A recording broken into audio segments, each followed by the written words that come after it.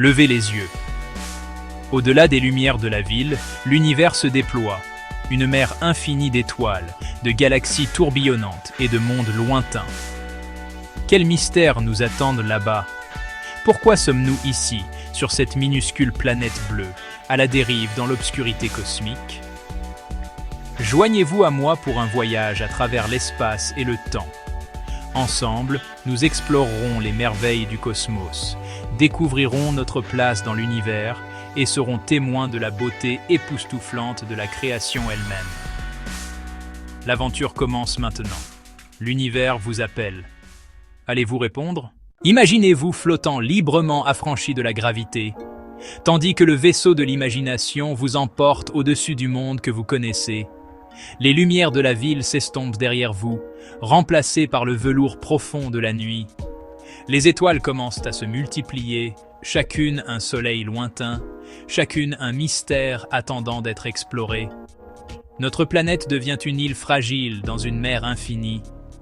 Nous nous éloignons, et l'échelle de l'univers commence à se révéler. La lune glisse à nos côtés, sa surface cicatrisée, un témoin silencieux. Les planètes s'alignent comme des joyaux étincelants sur un fil de velours. Le soleil les baigne toutes d'une lumière dorée. La véritable tapisserie du cosmos émerge. La Voie lactée s'arc au-dessus de nous, une rivière d'étoiles s'étendant d'un horizon à l'autre. Chaque point lumineux est un monde en soi, et les distances entre eux sont vastes, au-delà de toute compréhension. Nous traversons des nuages de poussière interstellaire, restes d'anciennes étoiles, les matières premières de nouveaux mondes et de nouveaux départs. Les nébuleuses fleurissent comme des fleurs cosmiques, leurs couleurs et leurs formes sculptées par des forces titanesques. Nous voyons l'immensité de l'inconnu et la beauté délicate de l'existence. L'univers n'est pas vide. Il est vivant de mouvement, de transformation et d'émerveillement. Chaque atome de notre corps a été forgé au cœur d'une étoile, des milliards d'années avant la naissance de notre Soleil. Nous sommes connectés au cosmos, faits de sa poussière, façonnés par ses lois. Alors que nous voyageons vers l'extérieur, emportons l'humilité et la curiosité. L'univers nous appelle, non seulement à explorer, mais à comprendre, à chercher notre place parmi les étoiles et à nous émerveiller de l'histoire écrite dans la lumière des soleils lointains. Notre aventure ne fait que commencer. Notre voyage commence ici, sur notre monde natal, la planète Terre, une sphère d'un bleu éclatant, d'un blanc vibrant et d'un vert vivant, à la dérive dans l'étendue silencieuse et parsemée d'étoiles du cosmos. C'est, à notre connaissance, le seul monde de son genre, un avant-poste précieux et singulier de la vie. Du point de vue de notre vaisseau de l'imagination, prenons du recul et voyons-la dans son ensemble, un chef-d'œuvre du hasard cosmique et de la loi physique. Regardez de plus près. Voyez la couche mince, presque invisible qui enlace la surface? C'est notre atmosphère, un océan d'air multicouche. Composée principalement d'azote et d'oxygène vital, elle est structurée en couches. De la troposphère où se déroule notre météo, à la stratosphère, qui abrite la couche d'ozone vital qui absorbe les rayons ultraviolets les plus nocifs du Soleil. C'est un fragile bouclier gazeux qui nous protège de la rudesse de l'espace, brûlant la plupart des météoroïdes avant qu'ils n'atteignent le sol et déviant un flux constant de particules chargées provenant du Soleil. Il nous fournit de l'air pour respirer, de l'eau à boire grâce au cycle hydrologique, et modère la température, empêchant les variations extrêmes, de la chaleur torride au froid glacial que nous observons sur d'autres mondes. Cette membrane délicate est ce qui fait de notre monde une planète vivante et respirante, un havre de paix dans le vide cosmique. C'est un témoignage de l'équilibre parfait et rare des conditions nécessaires à l'épanouissement de la vie. Nous orbitons autour de notre étoile, le Soleil, à la juste distance, ni trop chaud, ni trop froid, dans une région que les astronomes appellent la zone habitable ou la zone boucle d'or. Ce positionnement parfait permet la présence de l'ingrédient le plus crucial pour la vie telle que nous la connaissons, l'eau liquide. De cette distance, vous ne pouvez pas voir les frontières qui nous divisent. Vous ne pouvez pas voir les villes, les fermes, les triomphes et les tragédies individuelles. Vous ne pouvez pas voir les conflits. Vous ne voyez qu'une seule planète unifiée, une sphère chatoyante de vie. Les lumières de notre civilisation tracent les continents, comme un vaste système nerveux interconnecté, témoignant d'une seule espèce globale. À mesure que nous nous éloignons, la Terre rétrécit. L'astronome Carl Sagan, en voyant une image comme celle-ci du vaisseau spatial Voyager 1, l'a appelé un point bleu pâle, une tache solitaire dans l'immense obscurité cosmique. Sur elle, disait-il, tous ceux que vous aimez, tous ceux que vous connaissez, tous ceux dont vous avez entendu parler, chaque être humain qui a jamais existé, ont vécu leur vie. Voir notre monde de cette manière inspire un sentiment d'humilité et d'unité. Cela souligne notre responsabilité de nous traiter mutuellement avec plus de bienveillance et de préserver et de chérir le seul foyer que nous ayons jamais connu. Cela nous rappelle que nous sommes tous des passagers de ce petit vaisseau spatial, voyageant ensemble à travers l'univers. Avant de nous aventurer dans le grand inconnu, jetons un dernier coup d'œil à notre foyer, gravant sa beauté dans nos esprits. Ce petit monde fragile est notre point d'origine, notre cadre de référence pour tout ce que nous allons voir. Maintenant, rapprochons notre vaisseau de l'imagination, plongeant à travers les nuages pour témoigner des merveilles de la surface de notre planète.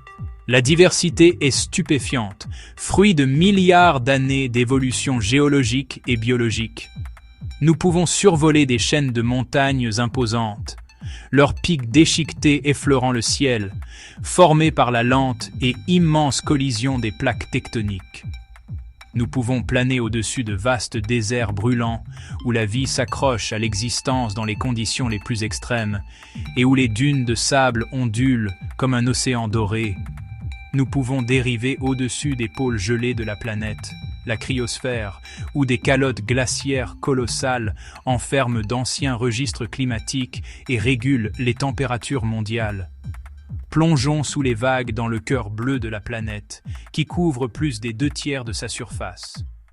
Ici, la lumière du soleil s'estompe et un royaume caché se révèle.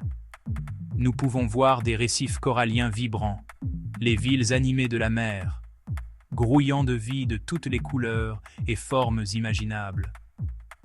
Encore plus profond, dans l'obscurité écrasante des abysses, où la pression est 1000 fois supérieure à celle de la surface, nous trouvons des formes de vie qui défient l'imagination.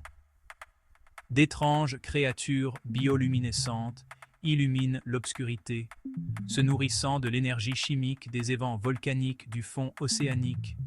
Un puissant rappel que la vie peut trouver un chemin dans les endroits les plus improbables. Notre planète est aussi un monde en mouvement, se remodelant constamment. Le sol même sous nos pieds n'est pas solide, mais une mosaïque de plaques mouvantes. Nous pouvons suivre les grands fleuves alors qu'ils creusent des canyons dans la roche solide au fil des millénaires. Observer le spectacle dramatique et violent d'un volcan en éruption, créant de nouvelles terres. Être témoin du déplacement silencieux et puissant des glaciers creusant des vallées à travers les montagnes. Du doux bruissement des feuilles dans une forêt, au rugissement tonitruant et tourbillonnant d'un ouragan, un colossal moteur thermique né au-dessus des eaux tropicales chaudes. Cette incroyable diversité d'environnements a donné naissance à une diversité de vie tout aussi incroyable, le tout connecté dans un réseau complexe d'interdépendance. Du plus petit microbe à la plus grande baleine, chaque organisme joue un rôle. La vie a conquis la terre, la mer et l'air, s'adaptant et évoluant pour occuper toutes les niches possibles. Voici à quoi ressemble la vie. Voici ce qu'est un monde vivant. Comprendre la richesse et la résilience de notre propre monde est la première étape pour apprécier le potentiel de vie ailleurs dans le cosmos et les conditions spécifiques qu'il pourrait exiger. Notre foyer étant maintenant un lointain joyau bleu, nous tournons notre vaisseau de l'imagination vers le centre. Nous nous dirigeons vers le roi incontesté de notre système solaire, la source de toute sa lumière et de sa chaleur, le soleil. C'est une étoile, notre étoile, une naine jaune parfaitement moyenne, d'âge moyen, mais pour nous, elle est tout. Son immense gravité maintient l'ensemble du système solaire sous son emprise. Elle contient plus de 99,8% de toute la masse de l'ensemble du système solaire. Toutes les planètes, lunes, astéroïdes et comètes ne sont que des débris de sa formation. Sa surface est une mer de plasma bouillonnante et turbulente. Nous voyons de grands arcs de plasma, appelés protubérances solaires, s'étendant sur des centaines de milliers de kilomètres dans l'espace. Nous voyons des taches sombres et plus froides, connues sous le nom de taches solaires, des zones d'intense activité magnétique. Parfois, le Soleil entre en éruption sous forme d'éruption solaire, libérant un torrent d'énergie et de particules, le vent solaire, qui traverse le système solaire. Au plus profond de son noyau, la pression est 250 milliards de fois celle de l'atmosphère terrestre et la température atteint 15 millions de degrés Celsius. Les conditions sont si extrêmes que les atomes d'hydrogène, l'élément le plus fondamental de l'univers, fusionnent pour créer de l'hélium. Ce processus est appelé fusion nucléaire. Cette fusion libère une quantité d'énergie colossale. Chaque seconde, elle convertit environ 4 millions de tonnes de sa masse directement en énergie, selon la célèbre équation d'Einstein, E égale mc². La lumière de cette réaction peut prendre plus de 100 000 ans pour voyager du noyau à la surface, puis seulement 8 minutes pour traverser l'espace et réchauffer nos visages sur Terre. Mais notre étoile ne brûlera pas éternellement. Dans environ 5 milliards d'années, elle manquera de carburant d'hydrogène dans son noyau. Elle se transformera alors en géante rouge, 100 fois sa taille actuelle, engloutissant les planètes intérieures, y compris Mercure et Vénus, et faisant bouillir les océans de la Terre. Après cela, elle perdra ses couches externes pour former une magnifique nébuleuse planétaire, et le noyau se réduira pour devenir une naine blanche, une braise chaude et dense qui s'estompera lentement sur des billions d'années. Quittant le Soleil, nous nous dirigeons vers la première des planètes. C'est Mercure, la planète la plus rapide, complétant son orbite en seulement 88 jours terrestres. C'est un monde extrême, sans véritable atmosphère pour distribuer la chaleur. Son côté ensoleillé brûle à plus de 400 degrés Celsius, tandis que son côté nuit chute à moins 120. Sa surface est criblée d'innombrables cratères, témoignant d'éons de bombardement. Pourtant, dans les cratères de ces pôles, qui sont en permanence à l'ombre du Soleil, nous trouvons de la glace d'eau. Ensuite, nous nous dirigeons vers Vénus, un monde presque de la même taille que la Terre, autrefois peut-être notre jumelle, enveloppée d'un magnifique voile de nuages blancs. Elle reflète brillamment la lumière du Soleil. Mais alors que notre vaisseau de l'imagination descend à travers ces épais nuages de dioxyde de carbone et d'acide sulfurique, un paysage infernal se révèle. Un effet de serre galopant a fait de Vénus la planète la plus chaude du système solaire, avec des températures de surface suffisamment élevées pour faire fondre le plomb. La pression atmosphérique est plus de 10 fois celle de la Terre, l'équivalent d'être à 1 km de profondeur dans notre océan.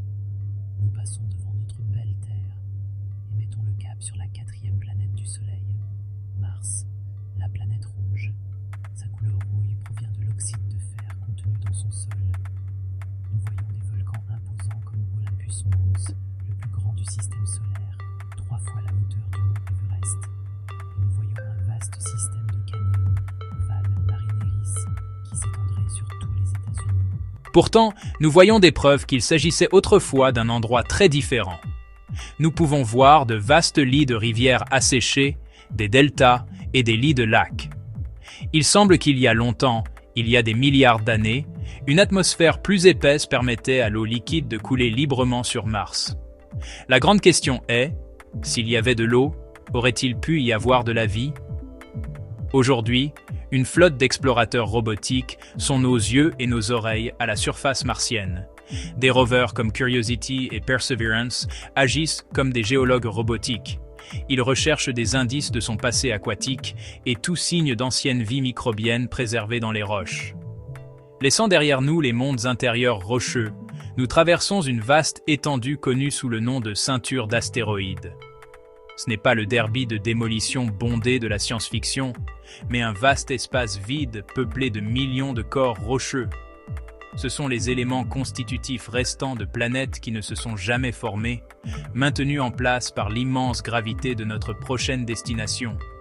Parmi eux se trouve Cérès, une planète naine et le plus grand objet de la ceinture.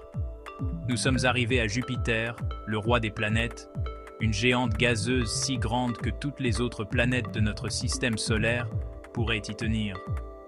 Son atmosphère est un chef-d'œuvre tourbillonnant de bandes nuageuses colorées et de violentes tempêtes. La plus célèbre d'entre elles est la Grande Tache Rouge, un ouragan plus large que la Terre qui fait rage depuis des siècles. Jupiter est aussi un système solaire miniature à part entière, avec près de 80 lunes. Ces 4 plus grandes, les lunes galiléennes, sont chacune un monde unique. Notre voyage continue vers la 6e planète, le joyau du système solaire, Saturne. Une autre géante gazeuse, légèrement plus petite que Jupiter mais non moins majestueuse. Ce qui rend Saturne vraiment spectaculaire, c'est son magnifique système d'anneaux. Ils s'étendent sur des centaines de milliers de kilomètres, mais ne mesurent, par endroits, que quelques dizaines de mètres d'épaisseur.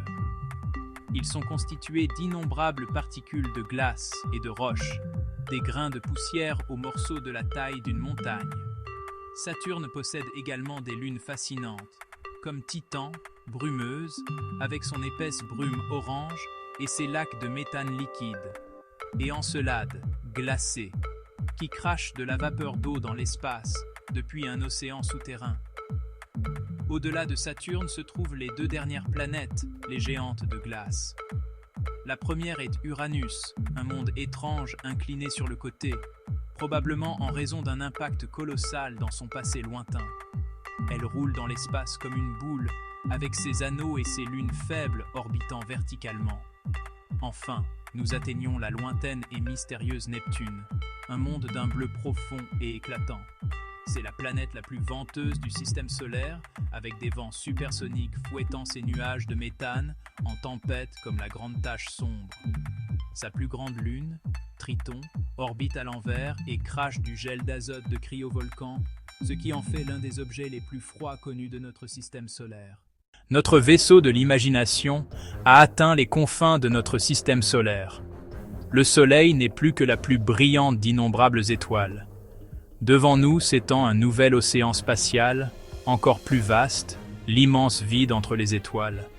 Nous avons envoyé des messagers dans ce nouveau royaume, les sondes Voyager 1 et Voyager 2, transportant un disque d'or, une capsule temporelle de notre monde, une bouteille à la mer dans l'océan cosmique. L'étoile la plus proche de notre Soleil, Proxima Centauri, est à plus de 4 années-lumière. Mais dans notre vaisseau de l'imagination, nous la traversons en un instant. Guidons notre vaisseau dans l'un de ces magnifiques nuages, une pouponnière stellaire. De près, c'est un spectacle à couper le souffle d'une beauté chaotique. Les étoiles naissent de l'effondrement lent et patient de ces nuages moléculaires géants. La gravité est la sculpteuse. Un petit amas dense commence à se former. Il commence à briller de chaleur, une proto-étoile. Finalement, un point critique est atteint. La fusion nucléaire s'enflamme. Une étoile est née. Une seule nébuleuse peut donner naissance à des centaines, voire des milliers d'étoiles à la fois. Les Pléiades, ou les 7 sœurs, sont un exemple célèbre d'un jeune amas stellaire. Toutes les étoiles ne sont pas comme notre Soleil. Certaines étoiles sont beaucoup plus petites et plus froides que notre Soleil. Ce sont des naines rouges. D'autres étoiles sont des géantes. Les géantes bleues sont incroyablement chaudes et massives. Une étoile comme notre Soleil perdra ses couches externes, créant une magnifique coquille de gaz lumineuse appelée nébuleuse planétaire.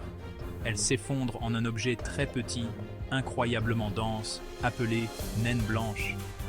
Mais pour les étoiles les plus massives, la fin est bien plus spectaculaire et violente. Cet effondrement déclenche une gigantesque explosion appelée supernova. L'explosion projette les couches externes de l'étoile dans l'espace enrichissant la galaxie en éléments lourds, les éléments mêmes qui constituent les mondes futurs. Le noyau effondré devient une étoile à neutrons super dense, ou, si elle est suffisamment massive, un trou noir où la gravité est si forte que rien, pas même la lumière, ne peut s'échapper. Reculons notre vaisseau de l'imagination très loin, pour voir notre foyer dans son intégralité. Pendant des millénaires, c'était une bande laiteuse de lumière dans le ciel nocturne. Maintenant, nous en voyons la vraie forme. C'est notre galaxie, la Voie lactée. Une vaste cité d'étoiles, spirale barrée. L'échelle est presque impossible à comprendre. Environ 100 000 années-lumière de diamètre. Elle contient entre 100 et 400 milliards d'étoiles. C'est plus d'étoiles dans notre seule galaxie qu'il n'y a de grains de sable sur toutes les plages de la planète Terre. Volons vers le centre galactique, une région éblouissante et chaotique. Au cœur même, caché derrière d'épais gaz et poussières, se trouve un monstre, un trou noir supermassif, Sagittarius A. Avec la masse de 4 millions de soleils, sa gravité fait tournoyer des étoiles entières dans des orbites frénétiques et à grande vitesse. Nous ne sommes pas dans le centre galactique chaotique et bondé. Notre système solaire est situé à environ 2/3 du chemin depuis le centre, sur un bras partiel plus petit appelé le bras d'Orion Cygnus. Ce quartier tranquille fait partie de la zone galactique habitable, loin des radiations intenses du noyau. Il faut à notre Soleil environ 230 millions d'années pour effectuer un seul circuit. La dernière fois que notre système solaire se trouvait dans cette partie de la galaxie, les dinosaures commençaient tout juste à fouler la Terre. Tandis qu'il orbite, notre système solaire oscille aussi doucement de haut en bas à travers le plan galactique. Notre tour de la Voie lactée est terminé. Notre vaisseau de l'imagination voyage au-delà de notre cité stellaire, dans le vaste vide sombre entre les galaxies. Notre foyer rétrécit derrière nous, devenant juste un point de lumière de plus dans l'obscurité cosmique. La Voie lactée n'est pas seule. Elle fait partie d'un petit amas appelé le groupe local, une famille de plus de 80 galaxies liées gravitationnellement. Notre plus proche grande voisine, et le plus grand membre du groupe, est la magnifique galaxie d'Andromède. Andromède et la Voie lactée sont sur une trajectoire de collision, attirées l'une vers l'autre par la gravité. Dans environ 4,5 milliards d'années, elles commenceront à fusionner. Ce n'est pas une collision destructrice, mais une lente danse gravitationnelle qui formera finalement une grande galaxie elliptique. Accélérons notre vaisseau de l'imagination. En observant l'univers, nous voyons que les galaxies ne sont pas éparpillées au hasard. Elles sont regroupées en amas et en superamas. Notre propre groupe local fait partie du superamas de l'Aniakea, une structure colossale contenant 100 000 galaxies. Ces superamas sont liés entre eux par de longs et délicats filaments de galaxies, construits sur un échafaudage invisible de matière noire. C'est une toile cosmique, la plus grande structure connue dans l'univers. Entre ces brins lumineux se trouvent les grands vides cosmiques, de vastes régions de quasi-total vide. Alors que nous traversons ces superamas, nous sommes témoins d'une diversité étonnante de formes galactiques. Nous voyons de majestueuses galaxies spirales, leurs bras remplis de jeunes étoiles bleues. Nous voyons des galaxies elliptiques, géantes, des sphères rougeâtres d'étoiles anciennes. Ensuite, il y a les galaxies irrégulières, de forme chaotique, souvent le résultat de collisions galactiques. Observer des galaxies lointaines, c'est les voir telles qu'elles étaient dans un passé lointain. Nous pouvons voir des galaxies situées à plus de 13 milliards d'années-lumière.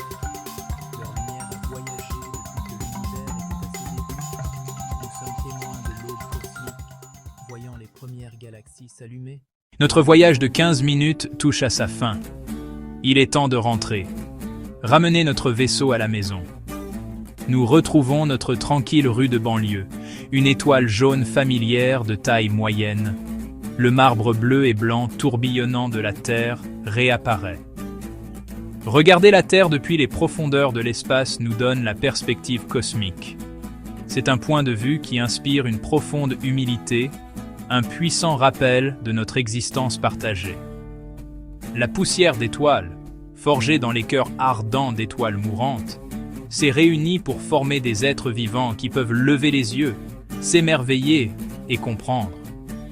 Nous sommes la façon dont l'univers se connaît lui-même.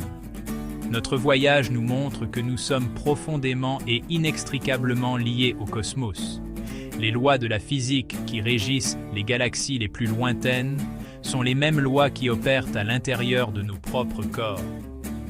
Alors que nous reprenons le cours de nos vies, notre voyage à travers l'espace est peut-être terminé, mais le voyage de la découverte ne fait que commencer.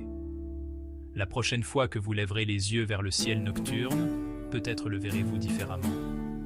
Le ciel est une machine à voyager dans le temps et une carte. Alors continuez à regarder vers le haut. Continuez à poser des questions. Nourrissez votre émerveillement.